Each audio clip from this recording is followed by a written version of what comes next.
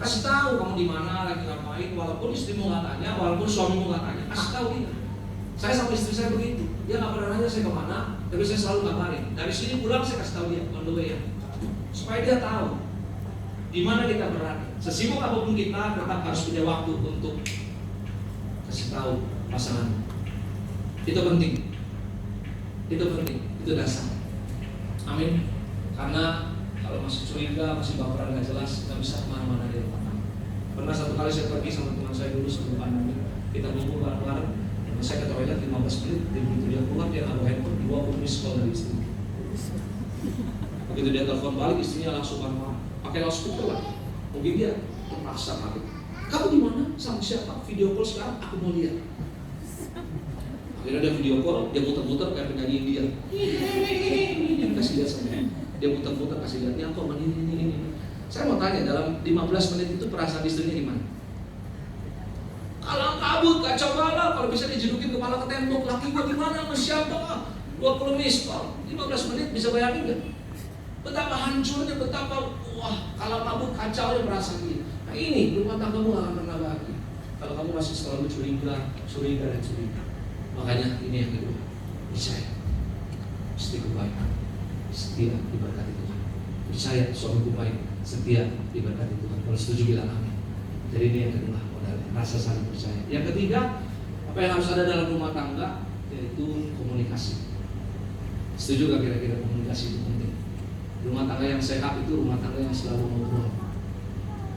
Kalau rumah tangga suami istri udah gak pernah ngobrol, itu udah gak sehat rumah tangganya. Lu gua gak pernah ngomong. Catat itu baik. Kenapa kita perlu ngobrol? Kenapa kita perlu curhat? Karena manusia pada dasarnya ada unek-unek di dalam jiwanya harus keluar. Betul. Kalau orang sakit jiwa, dia perginya kemana? Psikiater atau psikolog? Ngapain dia di situ? Ngobrol, curhat.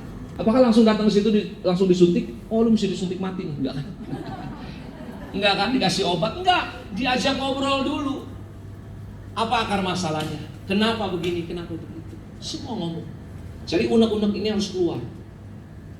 Ada tekanan di dalam jiwa ini yang harus keluar. Tempat curhat terbaik selain pada Tuhan adalah kepada suamimu dan kepada istrimu.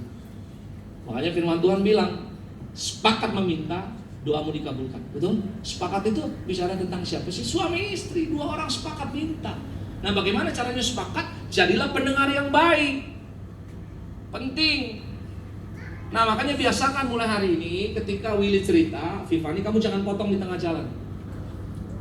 Biasakan mulai hari ini, kalau Vivani cerita, Willy kamu jangan potong di tengah jalan. Dengerin aja sampai selesai, baru kemudian cari solusi.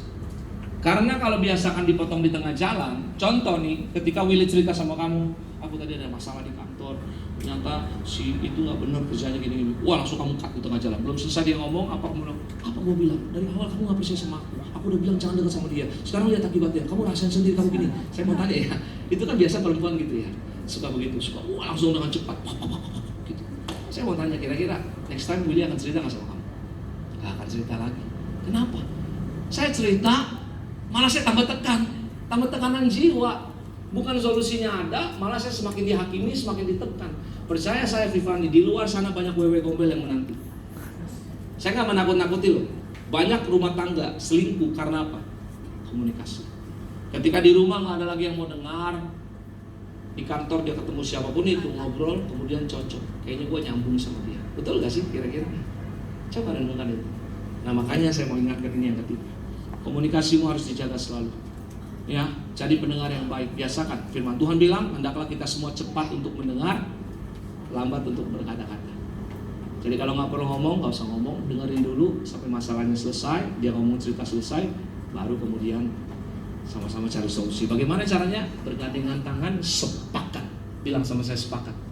Minta sama Tuhan. Doamu pasti dikabulkan. Kasih tepuk tangan dulu yang meriah buat Tuhan Yesus. Ya, pilotok. Di atas saja ngobrol, penuh kasih, penuh cinta, itu penting. Jaga terus kemesraan itu, jaga terus komunikasi yang baik. Yang keempat, yang terakhir,